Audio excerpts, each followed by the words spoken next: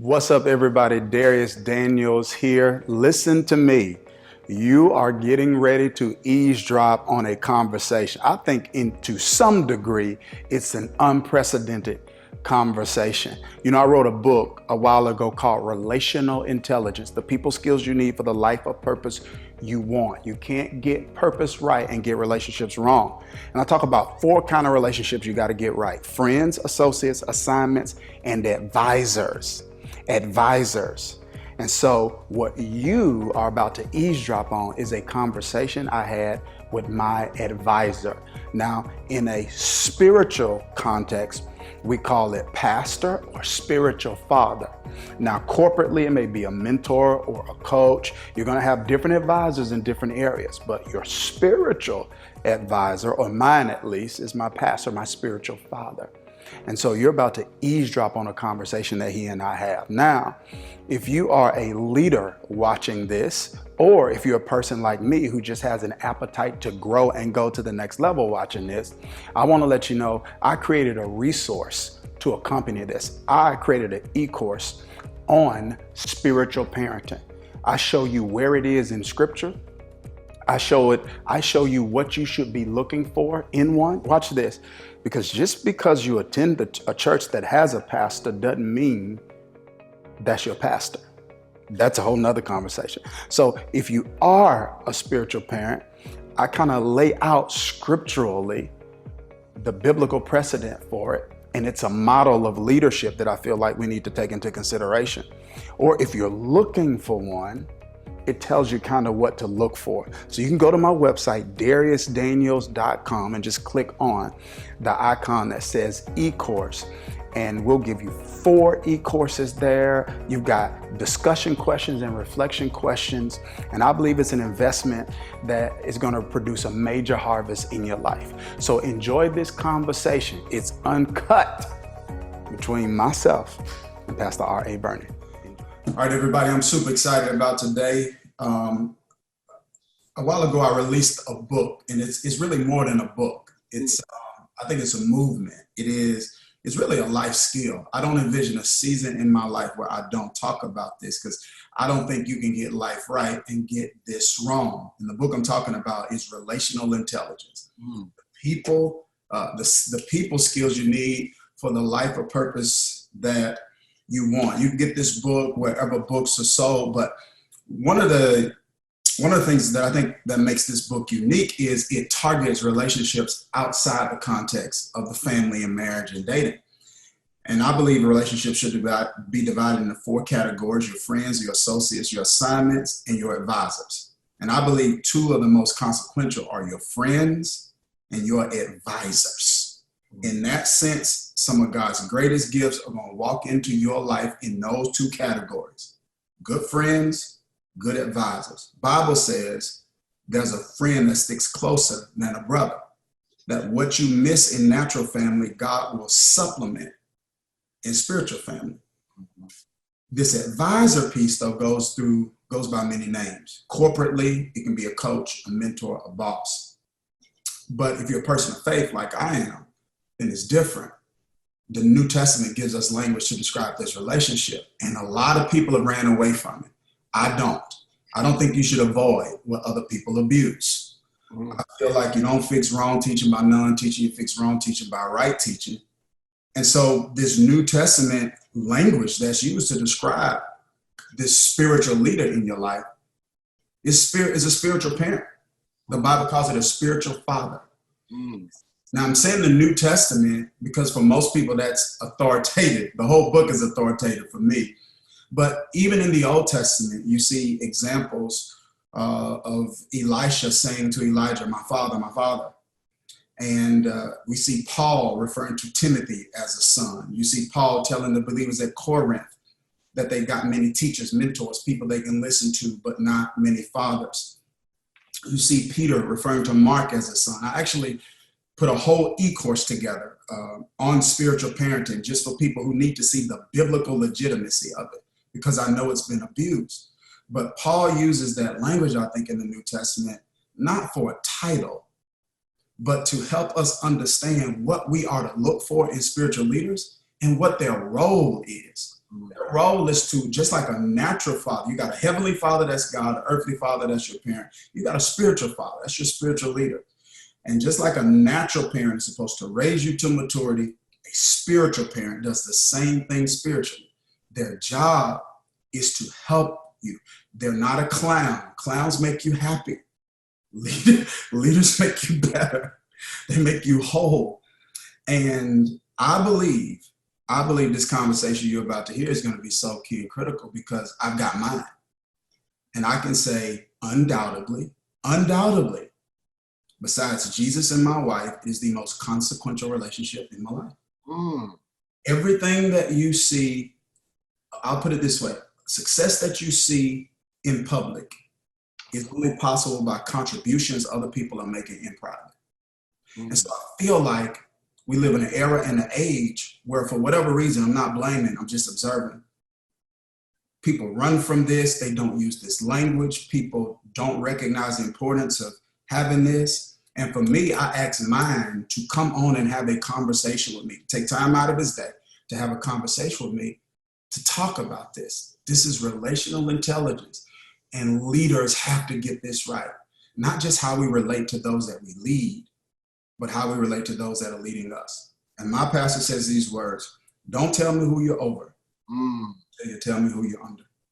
So today, you're going to get to eavesdrop on a conversation with the one that I'm under.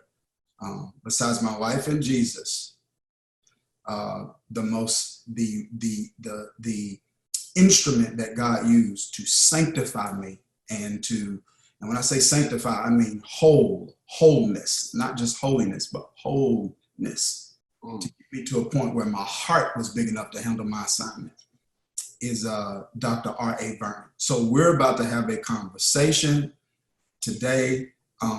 It's incredible. He's been incredible to me, my wife, my family, and I'm excited that you get to eavesdrop on this conversation. Pastor, thank you for your time. Dr. Daniels, thank you. Listen, I'm just gonna throw some questions out. We're gonna talk, and I want you to just have your way, because I want them to hear what I get to hear on the phone a few times a week. I remember the first time that we started a formal connection. Yes. It was in the fall of 2014. You did an event at the Marriott in Cleveland. Yes. I remember. It was a pastor's training event. And you've told this story before, but I'm bringing it up because I think it points to the power of pursuit. Right? Of pursuit. So I came to you, I had been, probably at least 6-7 years I had been following you from afar. You had spoken to our church. I had came and toured yours. But after years of kind of thinking, praying, and discerning, I felt like this was a connection. I told my wife, I'm going to do it. And I came up, and you were greeting people as you do. And I just said, yeah, I'm here because you're my spiritual father. What was let's talk about that moment kind of from your perspective. I know that kind of had to be a little, I don't know if other people are that forward, but I know I was. Well, first of all, I want to thank you and my spiritual daughter for allowing me this time. Old Baptist preacher told me it's a blessing when anybody invites you anywhere. So yep. I never take for granted that even though I'm your spiritual papa, that you had to do this with me. So thank you for your consideration. I'll never forget that day also. I don't know why. I now know it was God, because he didn't want me to be starstruck.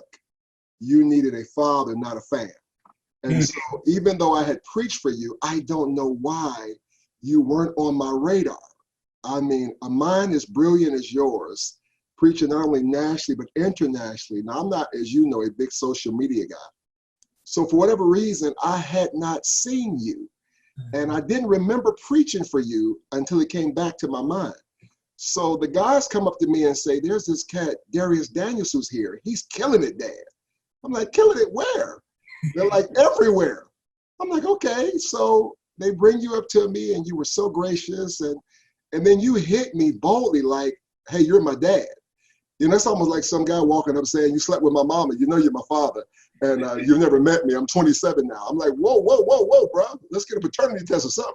So I was thinking to myself, as you know, and I think that was important because at your level, I hate to say this, but there are men and women in ministry who are son seeking. They are son seeking, specifically with somebody with significance like you. Maybe they're thinking in terms of cupidity or gain or popularity. If I can call Dharius my son, that then gives me some type of clout in the kingdom. So I now know it was God who didn't want me to know you so that this relationship could be authentically spiritual and beautiful and powerful. So when you walked up to me and said, "You're my dad," I'm like, okay, easy. And you're like, "You're my dad." I'm like, okay, well, I'm going to need a moment to sort of find out what your social security number is and what city you're from, you know. And you were like, I'll never forget it. You said, "Take long as you want to call me son. You're my dad now." I said, come on here. You said, "Take as long as you want to call me son." And now knowing you in retrospect, the kind of thinker you are, you're not some young cat who's just so thirsty for significance. But in a very real sense, you were thirsty for something you didn't have, and God had revealed it in me. So to answer your question, I will never forget that moment. And the guys are like, "Dad, do you know who that is?" I'm like, I don't care who he is. I don't know him. And I'm not just going to claim him to get another major pastor in my fellowship. I have to get to know him. I'm now so grateful that I didn't know you, because what we have now is just awesome and beautiful and authentic. Mm-hmm. I wanted to bring that up because I feel like one of the things that's important is the people that have what you need are busy. You were busy. Right? And so because I was the one that was in need, and I believe you had what I needed. Yes. I was the one who had to take the responsibility to pursue. You didn't, and that's the reason I wanted to bring that story up. Because whenever you, I think not whenever, but oftentimes when we hear this conversation, I don't know, sometimes people feel as if pursuit makes you, I don't know, less of a man, or it makes you weak. For me, it was none of that. I was clear. I love it. I love it. I love it. Yes, sir. Now, so that was like September 2014. All right, so we had just some brief exchanges there, and then we kind of connected over the phone. Yes. November 2014. Yes. I was in Orlando doing a retreat with some of my staff. You were in Orlando just hanging out. Found out you were there. You found out my wife was in town. All of us hadn't connected at this point. That's right. So you called me and you said, "What are you doing tonight?" I say, "Whatever you want me to be doing." And you said, "Okay, I'm gonna call Lady Vernon. I'm gonna fly her down. I want to sit with you and your wife tonight." We said, "Okay." So we go to one of your favorite restaurants in Orlando. Absolutely. And we're sitting there, and we've probably been sitting there like 5-10 minutes. And you leaned over and you said, "So how's y'all marriage?" And that, which I thought was amazing at the time, actually. But I think the word you used, we were like frogs boiling in hot water and didn't know it. Like, we were 5-10 minutes into the conversation. Now, that says a lot about your priorities and what a spiritual father actually values. Why did you go there first? Wow, that's a loaded question. Can I touch it theologically and pragmatically? Please. I guess because the reason I say that is because, well, pragmatically, I would say this. I've learned over the years, you have to be careful with both questions and correction. Because whenever you engage in either, you have to make sure that the relationship is strong enough to bear the weight of the correction and or the question. So that was risky on my part. Let me be clear, because it could have been like, "You don't know me like that." And Shamika could have been like, "And who is this?" So normally, and I've made this mistake in the past with colleagues who I knew were in something they shouldn't be in. You know, I stand for holiness and integrity.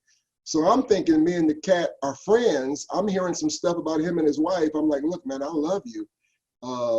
There's a difference between weakness and wickedness. Mm-hmm. So all of us can make a mistake, but man, what's going on? You and I are talking. I'll never forget, he literally cussed me out because it was like, man, you don't really know me like that to be going that deep into my personal life. Mm-hmm. So that taught me that you have to be careful. Can the relationship bear the weight of the question and or the correction? So number one, it was risky. The reason why I said theologically, or even more pneumatologically, pneuma spirit, I heard Holy Spirit say, go there. Now, let me tell you why pragmatically. You had said to me over and over again, you my daddy. I'm like, okay, take your time. No, you my daddy. You're sure now? Because I'm not in a hurry. No, you my daddy. So in a very real sense, I came to son you. Yeah. You're saying son me, you know. So in that case, I'm not out with a colleague, I'm out with a son. So I'm not there to talk about what's the weather and man, how many you preaching to, because you're not my friend, you're my son. I brought mom in, which means this is business, because here is a man who has the potentiality of taking the nation. I told you, you're one of my top 5 preachers and you're my son. The world knows you, hundreds of thousands on YouTube and social media, every place. God has blessed you. And I really and quickly understood my assignment in your life was not to teach you how to preach. You didn't need a homiletics course or hermeneutics course. You didn't even need an ethics course. Holy Spirit said to me, this is where you need to target. And if he's calling you dad, then be dad. Be dad. And of course, if he's saying dad, then implicit in that is that he wants me to dad her too. So they got to discuss whether or not she feels the same way. He's called me dad. They're in covenant. They're one. So let's go here. So to answer your question more succinctly, when you kept saying dad, it's like, okay, then let me talk to you how I talk to sons. Let the other preachers ask you how you doing, Doc. How many you preaching to, Doc? How many following you on social media? I need to touch you deeply and figure out where you two are, because I knew that was the key to your next level. It was. It opened up such a Pandora's box of things we discovered on both of our ends, which is, we're going to get into this later. Yes. What my wife and I both discovered was the journey to emotional wellness that we needed to begin. Like, we weren't, running around in sin like that one. And in a lot of the church tradition I come from, it's like, don't cheat, don't beat, you good. Right. And so in my mind, it's like, okay, don't do the cheating, don't do the beating, and we're straight. But you dug much deeper than that, and a number of things kind of got unearthed. Now something else just came to my mind too. This is the first time this ever happened to me, and this was after this meeting. Okay. Right? This was after this meeting. I did an event on TBN. Mm-hmm. And you and Lady Vernon were watching it. And you called me and you were like, okay, we're watching you. You're doing an amazing job, et cetera, et cetera, et cetera. That was that night. Yes. And that next morning, you called me back. Uh-huh. You were like, I don't even know if you remember this. You was like, so let's talk a little bit about some of your past experiences. Okay. He said, now listen, it was so wise and tactful, because I want to get this across. You have never been disrespectful, demeaning, dishonoring. It was a loving correction. It's cuts with scalpels and anesthesia and not a sword. But this is what you said. You said, I'll just make sure you're okay. You said, you did good, et cetera, et cetera. You said, but people need to do more than hear you. They need to feel you. Oh, yes, I remember.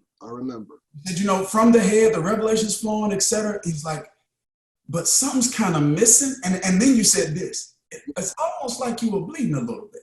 Now, let me tell you why that threw me I knew even more so at that point. I was like, yes, this is my spiritual father. Because no one had ever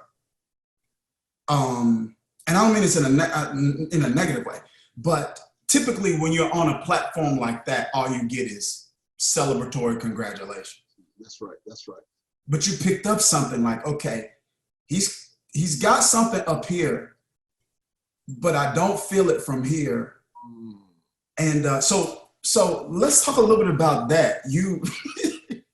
What did you see, and why did you feel like it was important to mention that? It didn't take me long.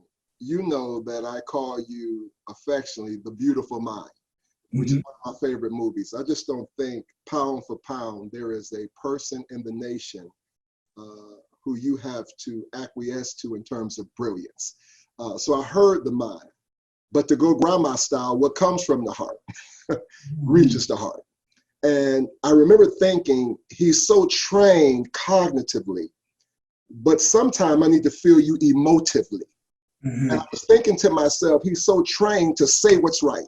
He understands what to say. He knows how to pull up church fathers, whoever it is. He can pull on Constantine. He can pull on the early fathers. He can pull on whatever he needs to pull on because he's read so much. His mind is literally the beautiful mind. But I wanted you to understand there are persons who can see past the brilliance and look for something that comes from here. So I like what Jesse Jackson said about C.L. Franklin. He said he's a sweet mix of soul and science. And I could hear the science. I wanted to hear more of the soul. You never have to worry about your brilliance. That bleeds out of your brain. It's just there. I'm saying there's a place in the message where you got to touch me. I can just ooh and ah over every nasty, funky thing you say for 20 minutes, like, oh my God, he's brilliant. But the next day I'll forget that. But if you touched me, if you said something at some point that touched my heart and connected with my heart, and so I could hear that no one ever pushed you on, okay, at what point do you bring it from antiquity to modernity? How do you get it right to my heart, modernize it, contemporize it, but I need to feel it emotionally. So that's all I was saying that night. I'm listening, saying that's what he needs me for. That's what he needs me for. You know, I feel like I'm highlighting this because I want to emphasize, again, as I said before, whenever there is some kind of semblance of success in public, it is contributions that somebody else is making in private. Even if they're not greater in name, they're greater in spiritual stature, where you are poor. And I keep bringing this up. I want to harp on this because there have been times where from 2014 to now, people have said things like, you've gotten better, or you've improved, or I see an evolution. And I want people to know that's not just like, that didn't just happen, that took place because someone was in my life who exposed that to me and who spoke into that and who coached me into the next level.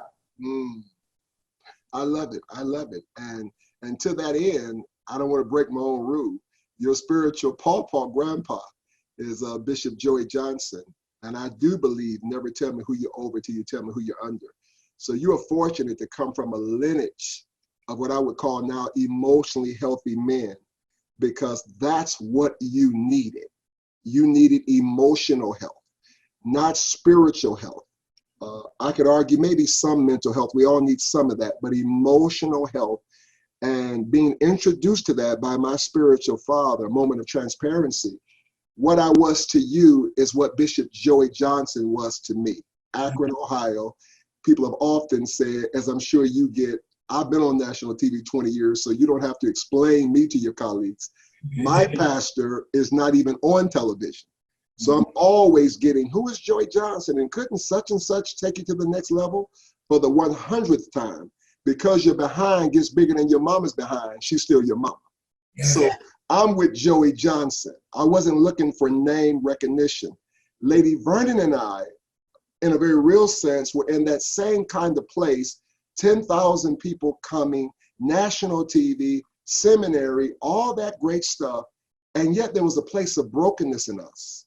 And discovering Joey Johnson, I like your term, your spiritual father needs to be rich where you're poor.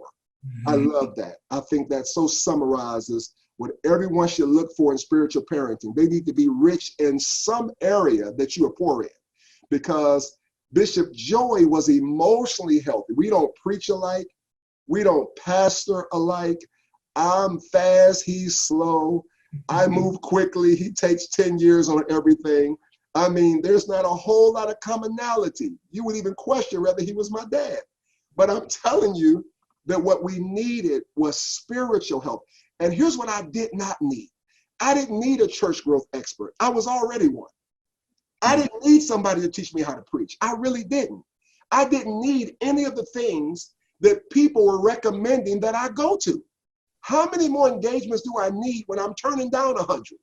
So what exactly are you going to do for me? I don't need you to send me a check. The bills are paid. So what is this big name going to do for me that God hasn't already done? What I needed was Skazaro, an emotionally healthy spirituality, and the grief recovery handbooks, and all the things Bishop Joey introduced me to. So I just wanted to say that so that people know I want to follow my own route. I am what I am for you because of what he has been for me. That's powerful, Pops, because I feel like when you choose a spiritual father, it doesn't just say a lot about what you think about him. It also says a lot about what you think about you. Because some people will bypass choosing who they need, chase after who they think can give them what they want. If you really feel like, now I'm just going, if you really feel like you gangster, if you really feel like you got that juice, then you should feel comfortable enough saying, no, I'm gonna go with what I need. Because if you really believe you got that juice and got that gangster, when you get what you need, you don't have to stand on a platform somebody else built. I love it. You'll build your own. I love it. I love it. That's kind of always been, and you know this about me, I don't have to name drop, but anybody you watch on TV, I preach for them, they preach for me, or they're in my cell phone. I've never, ever petitioned any platform, and I preached on the greatest ones, as you know, in the nation. Bishop Joey told me something that I didn't have to tell you because you had already got a hold of it. He said, love your city and the world will come looking for you.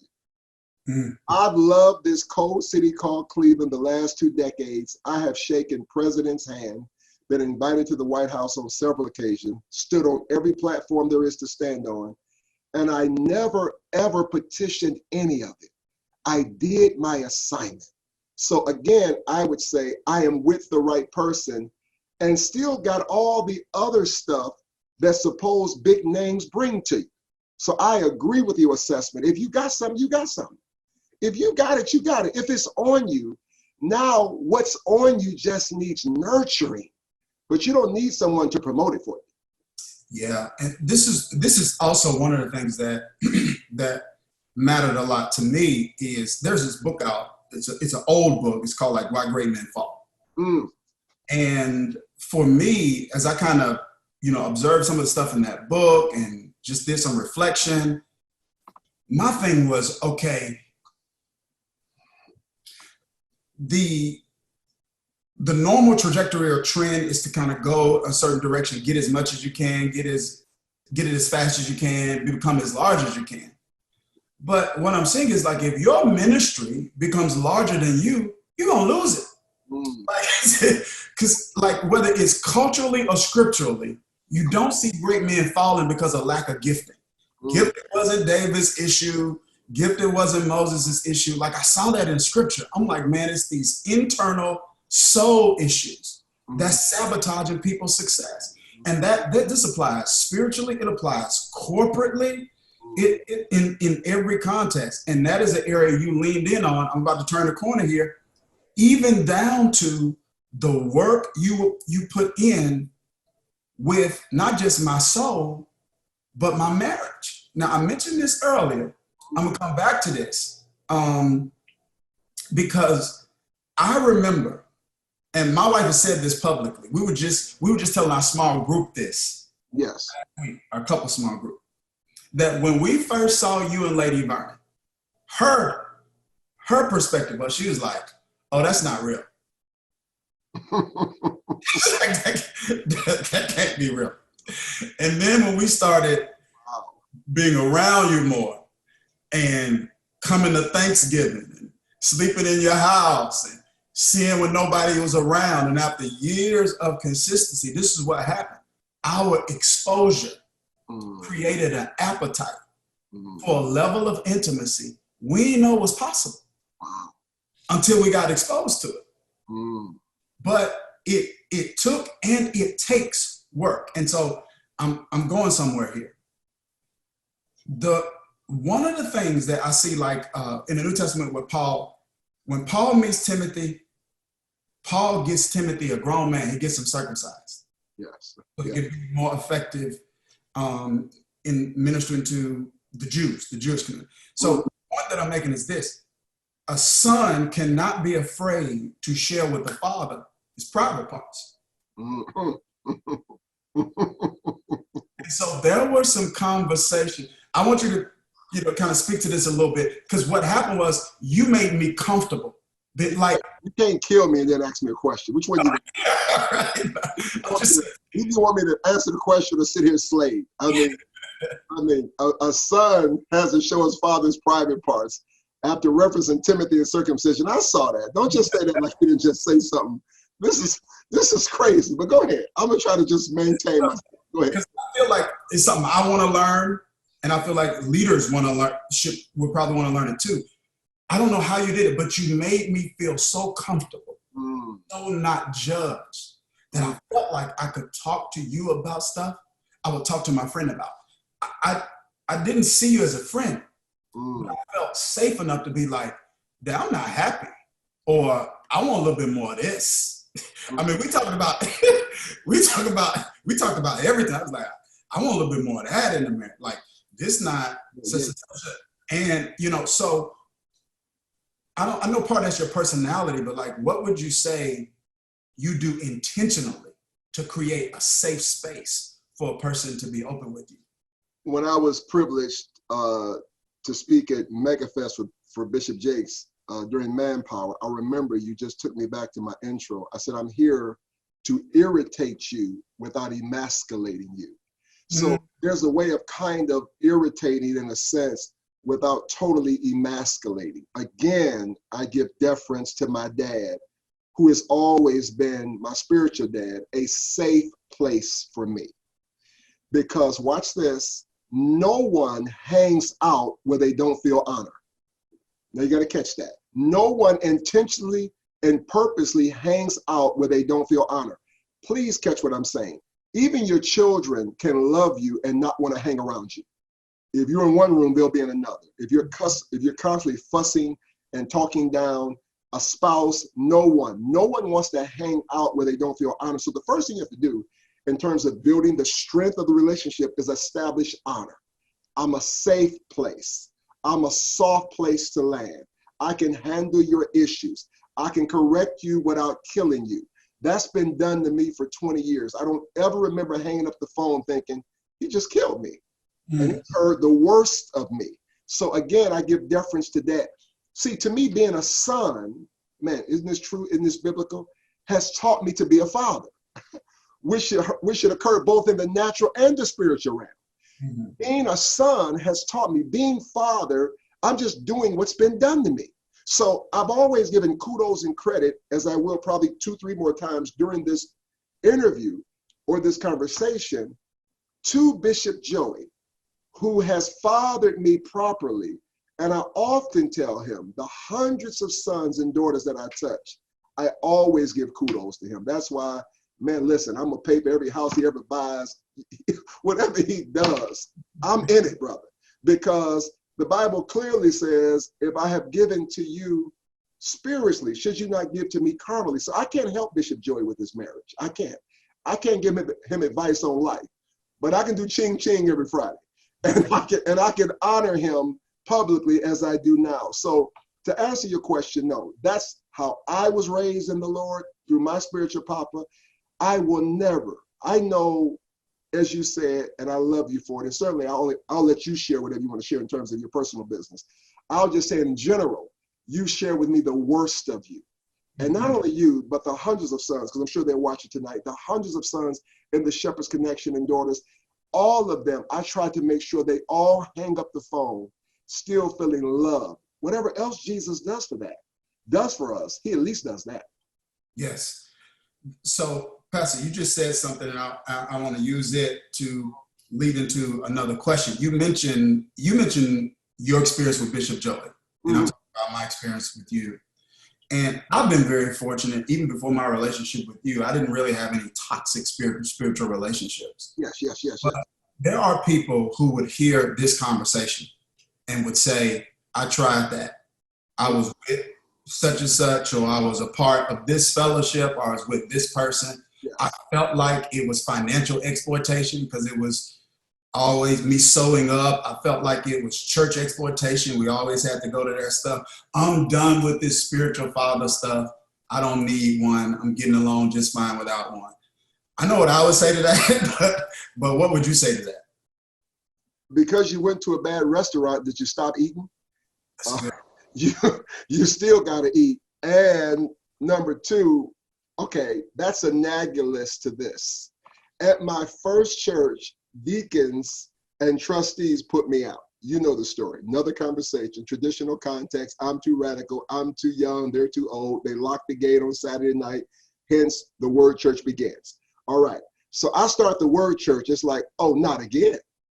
Oh, no one will hurt me again. That's not going to happen. So guess what? To make sure that I will have no deacons.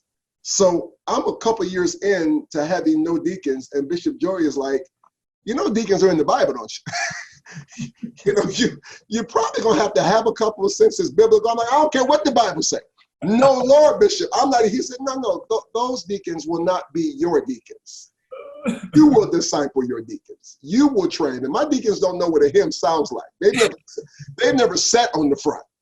I mean, my deacon's been in the parking lot 20 years. They didn't even know deacons could sit on the front. It's like there is no important stuff. They don't even come to meetings about money.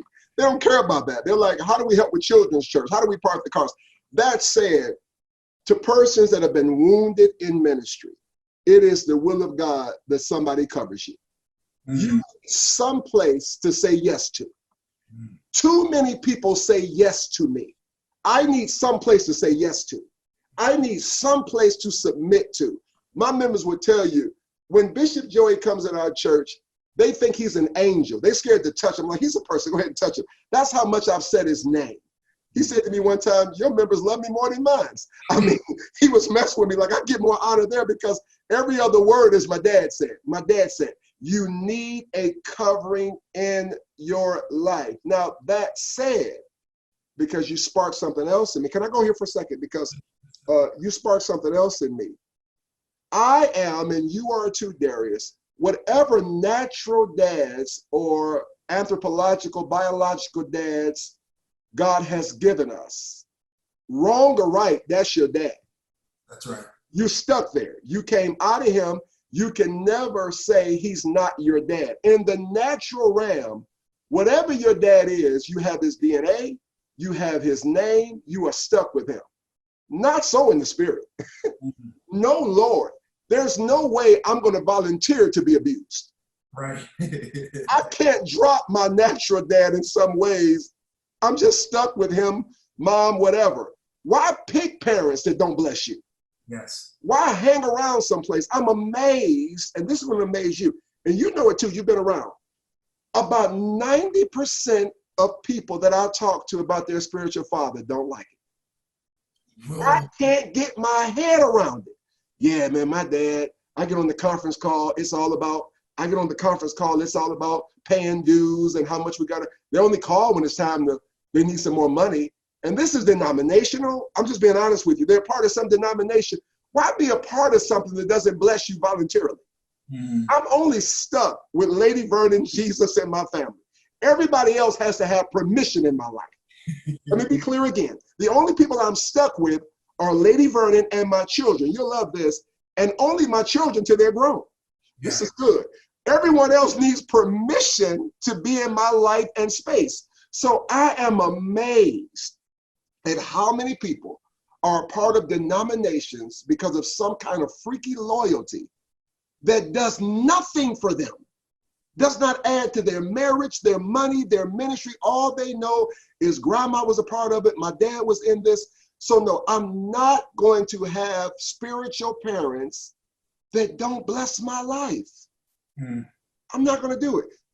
To wrap up, you need to ask God to point out to you who your father is. See, you were sure of it. You had already heard from God. I did not know you. I didn't know how many YouTube followers you had, that you had preached in Australia and Europe, and that you had stood on both Anglo stages and Black stages, and just one of the most brilliant minds in America. Though I didn't know any of that. And I still say that was God, because I was not a fan. I was a father. And fan as in fanatic, as you know. I wasn't fanatic just over man. If he connects to me, that gives me more clout as to, no. Am I proud of you? No false humility. I now father one of the greatest minds in the nation. I'm proud of that. When I look and see that your piece, your stuff on simulcast, #1 above some of the greatest names in the world, your podcast, #1 above names that the whole world knows, and here my son is at #1. I love saying Dharius Daniels is my son. I have some ego, don't get it twisted now, I'm human. That's like, I mean, if LeBron is your son, you're going to the game. Let's not be confused with a t-shirt that says, I'm his dad. I mean, so I'm as proud of you as I am as any son. You're killing it, and I'm proud of that. But that's not the reason I fathered you. I fathered you because God told me to. So that, speaking of that, this is something you always say to me, and I'd like for you to speak to it a little bit too. And that is, I don't know how to frame it, but you wanted me to embrace biblical values. Like, okay, family first. So I remember one time you came to Jersey. I'll never forget this. You came to Jersey to speak for us. And we were hanging out in downtown Princeton. I'll never forget this. We went to PJ's Pancake House on Nassau Street, right across from Princeton University. And at that time, my oldest son, this may have been, I don't know, 2 or 3 years ago. And my oldest son was in the middle of high school, and we were talking about some stuff, and you said, okay, all right. He's like, your marriage is solid. Your heart is healthier than it's ever been.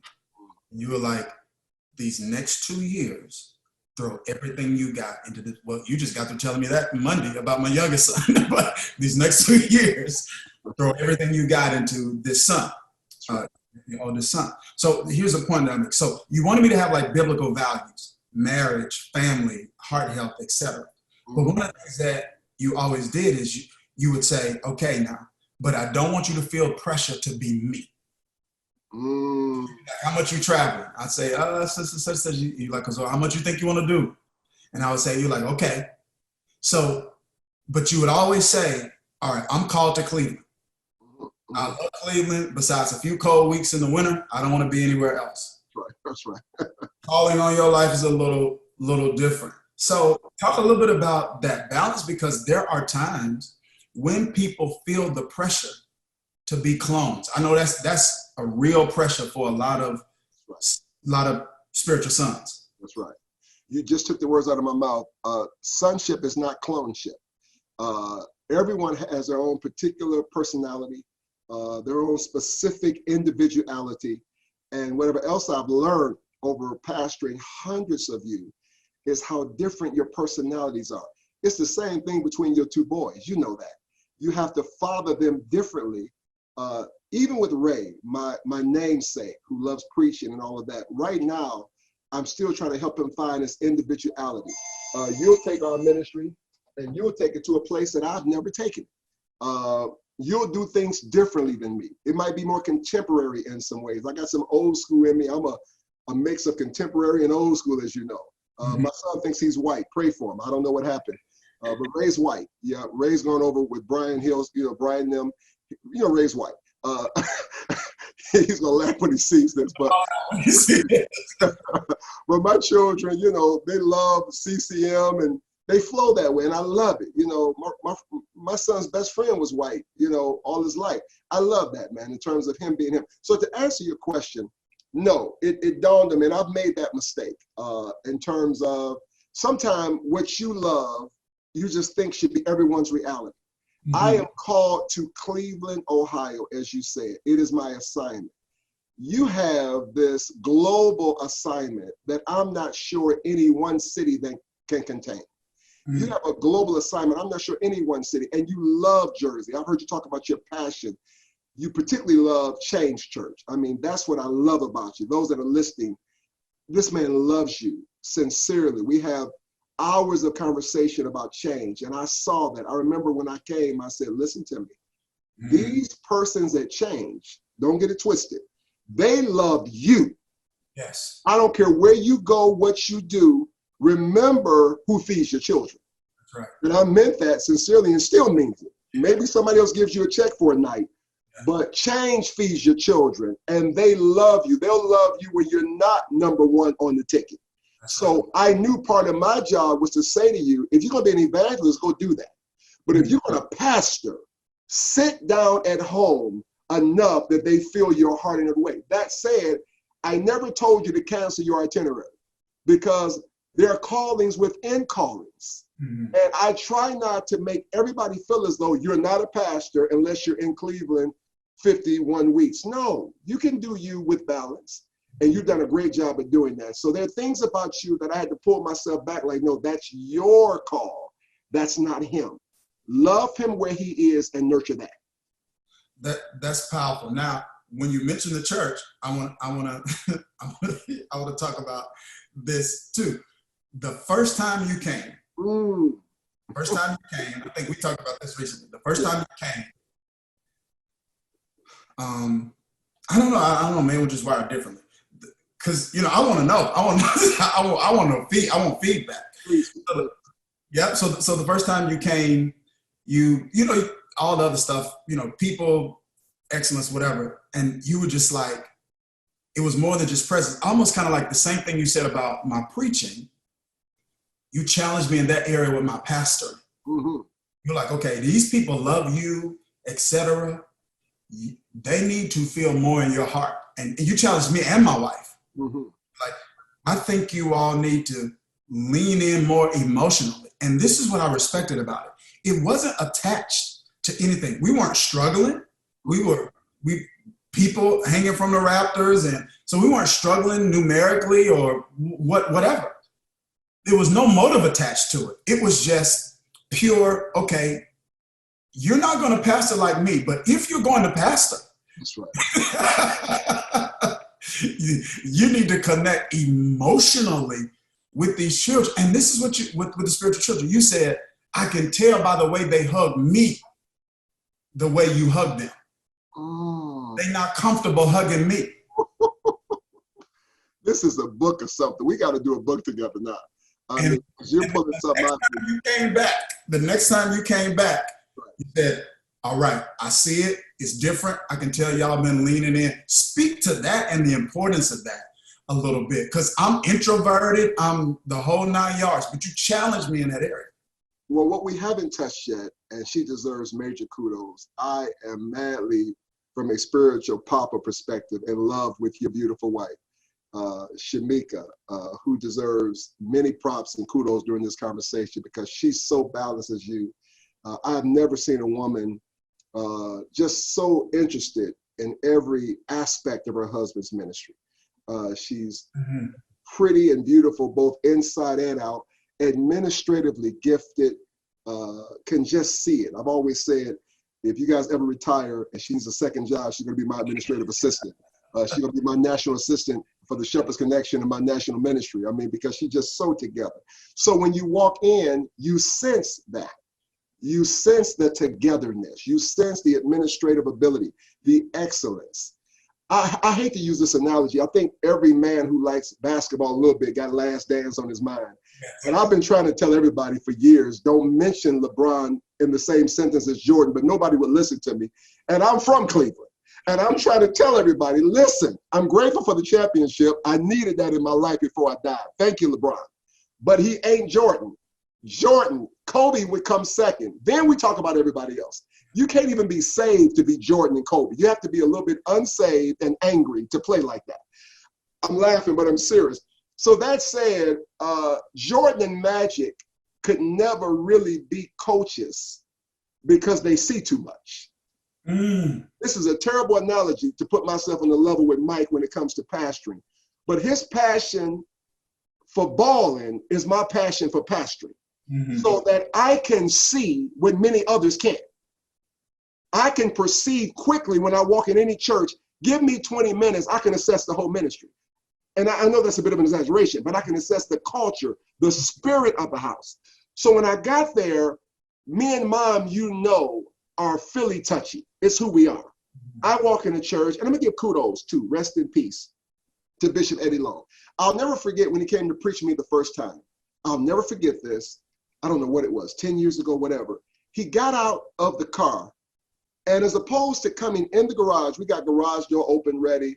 He goes back out to the parking lot, hugs my parking guys, hugs my adjutants, hugs everybody on the way in, because he understood that the perception of me is I'm this big muscle-bound mega guy who's major. So you're probably thinking I won't be accessible.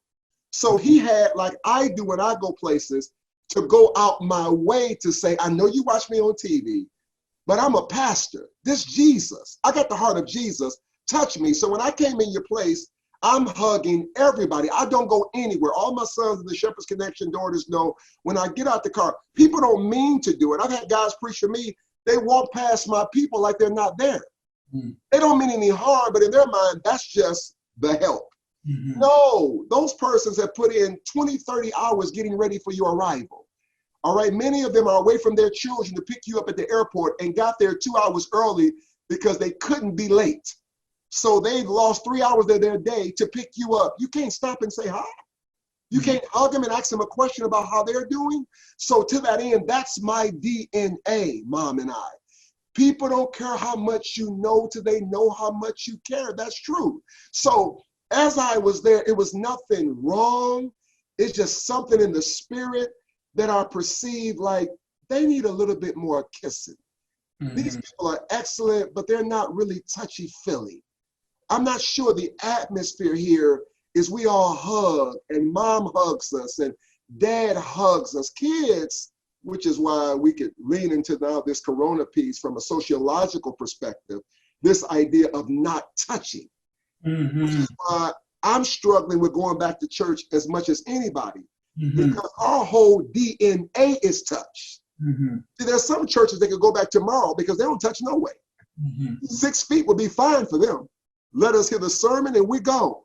But when your whole DNA is touch, feel, you can feel it. Again, I wasn't trying to make change Word Church Junior, because we're over the top.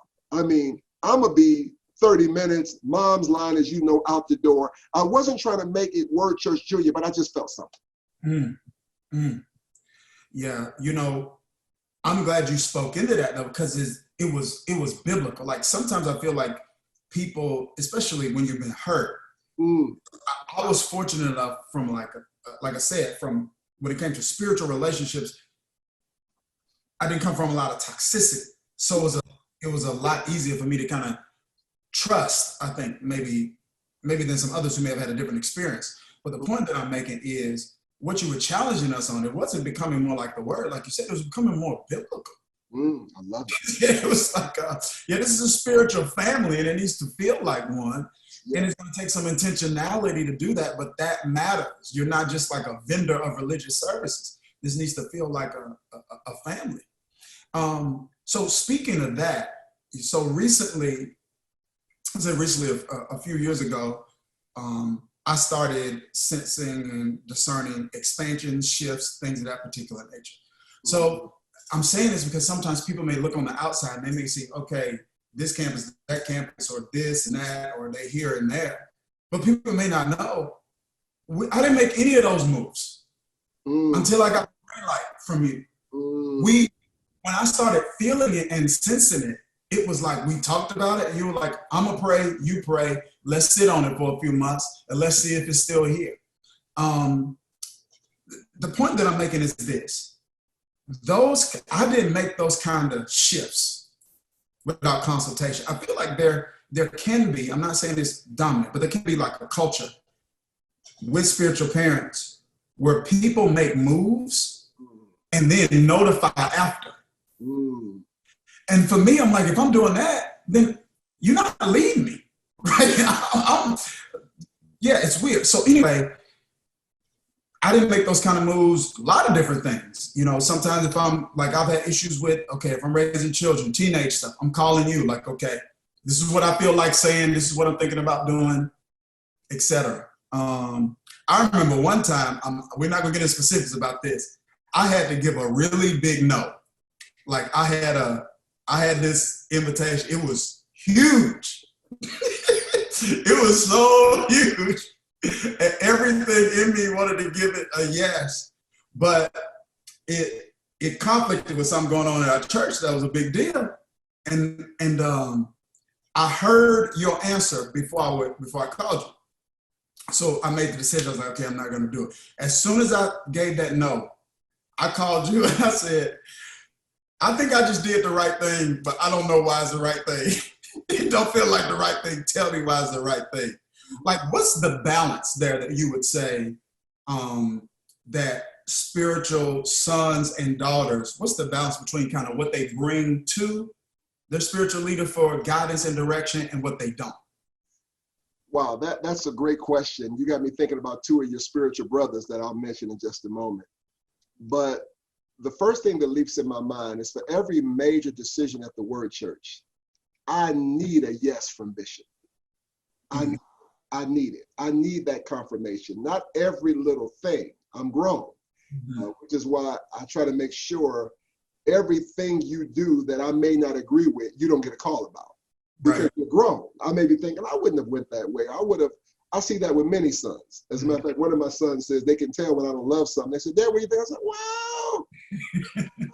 wow, okay, I still, again, try not to tell them what to do, but they can just hear in my voice. Something your brother in the Shepherd's Connection, Pastor Shamari White, Have Life Church in Charlotte, he says, Dad, I wanted to build a building, and you told me not yet.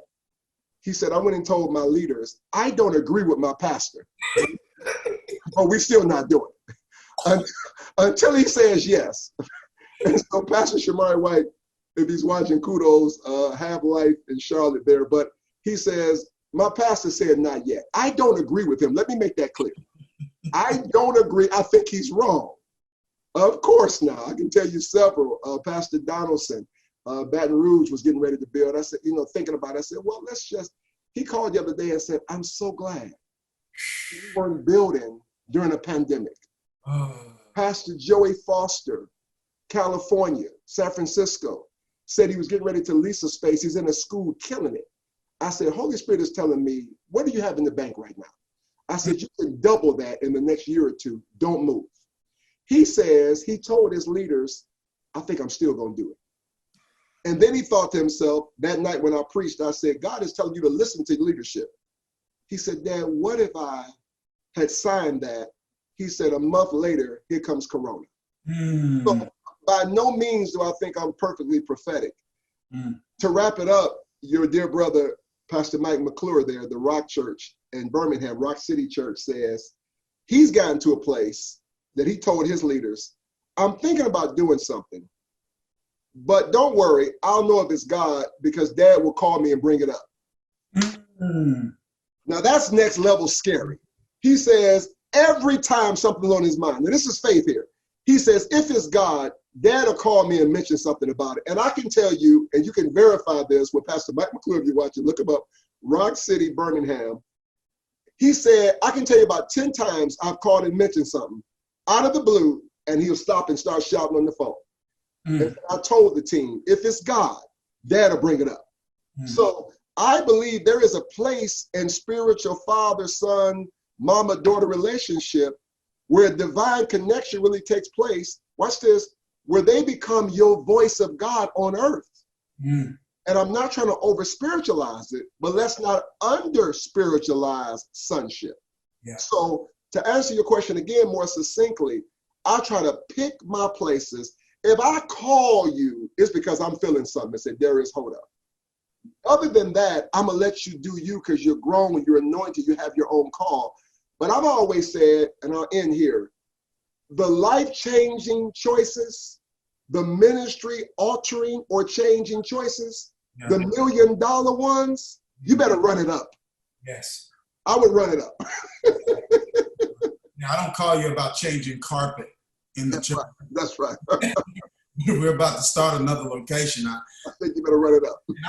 I think some people have been exposed to so much abuse. They form doctrine, pastor, out of hurt. So it's like someone can hear what we're saying, and depending on their experiences, they'll start thinking, oh, they're acting like the pastor is a priest. They're acting like you can't hear God on your own. And that's not what we're saying at all. No. We're saying, of course, you should hear God on your own. Of course, your pastor's not a mediator between you and God to a degree, but he is or she is the watchman of your soul. So if you are about to make decisions that are going to impact your soul, then why would God not give some insight to the person who's responsible for watching it? And this is what I believe too, Pastor. I'd love to hear your thoughts on this. Yes. I think those of us, especially those of us that are continuationists, charismatic, I think we trust our ear too much. They don't have enough epistemological humility. It's like, I know what God told me, and God told me. No, God's word is right. Our interpretation is not always right. So that's why you need to run some of that stuff up, because you can be hearing right, but interpreting wrong.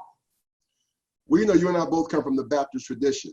Now we're flowing, of course, and the charismata and whatever God is saying, but we grew up in the Baptist tradition. You remember the old Baptist preacher when somebody would walk up and say, Pastor, God told me. And he stopped and say, well, how come he didn't tell me first? I'm the pastor. Why would he skip over the pastor and tell you? I mean, so that's all I do with the prophetic there, what they didn't receive. But I say that to say, absolutely, you're making a great point. If God put me in your life, that becomes a matter of faith. Do you really believe he's been placed in my life as my voice? So if you believe that and adhere to that, then you should treat it as such. Yeah. Well, I tell you, that's the fruit that it is brought forth in my life is incredible. I felt like I could really write that chapter of the book with a different kind of conviction because I see the fruit of it. And I feel like it's almost disingenuous of me not to do my best to say at least those, I don't know who will watch this and be impacted by it, but those that will be impacted by it or those that I got influenced with to see like, no, this isn't just stuff I'm talking. And I talk about this category, this advisor, spiritually, a spiritual parent. This is stuff I'm walking out. My marriage, my ministry, my money is better because of. I remember one time you walked into a property. You said, "This is nice." You looked at me. You said, "Is it paid for?" I said, "No, it's not. It's not paid for. How much money you got in the bank?" I was like, "Oh, okay." And you were like, "What if 911 happened? What if Katrina happened? What if such a stuff that the Bible speaks about? Proverbs 6, putting away." So I'm just saying, every area of my life has been impacted. I want people to know that, and I want to champion this because I don't want people who've experienced pain in the past that cause them to miss out on something in a relationship that can categorically revolutionize their life. And we'll end with this. You mentioned them a few times already, but I would love for those who are watching to hear about your relationship with your pastor, Bishop Joey. In a moment of transparency, we're a blended family. My wife had 2 beautiful children that are mine forever. We have 3 together, so that's 5 in total. When we got together, the first 2 years of my marriage, I didn't want to come home. She didn't want me to come home. She was in pain. I was in pain. I got these 2 new babies, and she's pregnant and mean. And I'm at my first church. Fast forward a year and a half, I'm locked out of a church, unhealthy and locked out. Start the Word Church. Thousands are joining. The first year, 700 people joined. On the church anniversary, the first year, the 700th member joined. By the second year, we were near 3,000, outgrowing a school doing 2 services. I lease a building, seats 1,000. I outgrow that after putting $1 million in it. We have to leave in 2 years. All of this is happening. I so needed someone in my life because everything's banging, but I'm unhealthy. Mm-hmm. Hurt people hurt people. I look back, unlike you, who's introverted, I can be more emotive when I'm tired, plus I'm in pain. Mm-hmm. And I'm looking to myself, they took the first one from me. All I've ever wanted to be, son, you know this, is a pastor. I don't have a Jonah narrative like most pastors, yourself, others. Very few guys said from 8 years old, I want to be a pastor. Mm-hmm. Maybe lawyer, doctor, different things. I've never wanted to do anything. As a matter of fact, the equivalent would be a school teacher. You had to love it because there was no money in it. There was no mega churches in Cleveland. I didn't know about where I live and fathering you and that I could go a few places and meet people. It wasn't about that. So I was doing the only thing I ever loved, and now I'm locked out, which says I've been preparing for one thing my whole life and I failed at this too. Mm. So now I guess I'm just a failure because I've only wanted to do one thing. I've loved these people. If your grandmother died in Pennsylvania, I would drive from Cleveland to Pennsylvania and beat the family to the church for the funeral. Mm. I love them. I kiss them the same way I kiss you. And yet they lock me out because they're too traditional. So in my mind, I'm a failure. My mother had me at 15. There's rejection. My mother or father were never touchy people. Neither one of them. I told my mama, I said, Mama, I don't remember you hugging me ever as a child. Of course, she said, I hugged you. I said, but something went wrong if I don't remember it. Now, God rest her soul. She did the best she could after I got grown and all of that. So I come from rejection. I needed to hear someone say, you're okay. Mm-hmm. I think that's why I love the word church so much, because it was almost as though that was the first place that said to me, with the exception of my wife, you're good. Mm-hmm. And maybe that's why, because of my past unhealth, I'm so tied to my church. Now you understand. For me, the word church was the first place that said, you're good. You're successful. We love you. We want you. We won't get rid of you.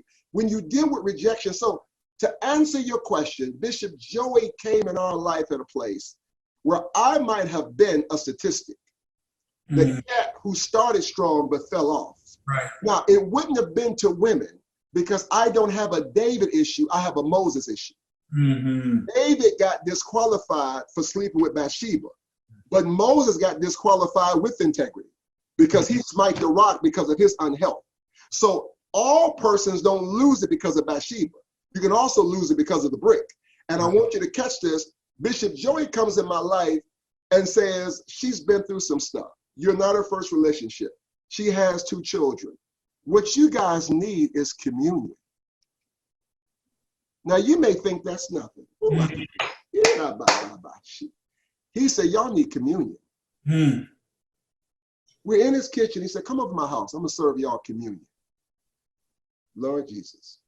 Mm. We go and sit in that kitchen. And he says, whatever she's been through before you, whatever pain you had, when you drink this communion, it's over. We're going to start fresh. Her past, everything, your past, we're starting fresh. He serves us communion and lays his hands on my head. I cried, Dharius, like I'm 2 years old. I hadn't had a cry like that. I cried all I needed to cry in Joey Johnson's kitchen, and we have never been the same. Mm. We needed a father. I knew how to preach. I knew church growth is in my bones, you know that. I knew. What I did not know is how unhealthy I was. I was unhealthy and needed a touch. That touch changed my life. That is all you and Shamika needed. And I'm humbled that God allowed me to be a part of your journey. And I really want to say that in closing. You are a blessed. People may not know this, and this is not without exaggeration. You're one of the most humble sons I have. you probably have, if not the largest name in my fellowship, at least, I mean, come on. Everyone knows Dharius Daniels, and you submit like a storefront preacher. You submit like you don't have 20 members and can't pay your bills next week. There is a glory, and I would say the Change Church and all those that follow him and change everywhere across the world, I wouldn't follow nobody who wasn't following nobody.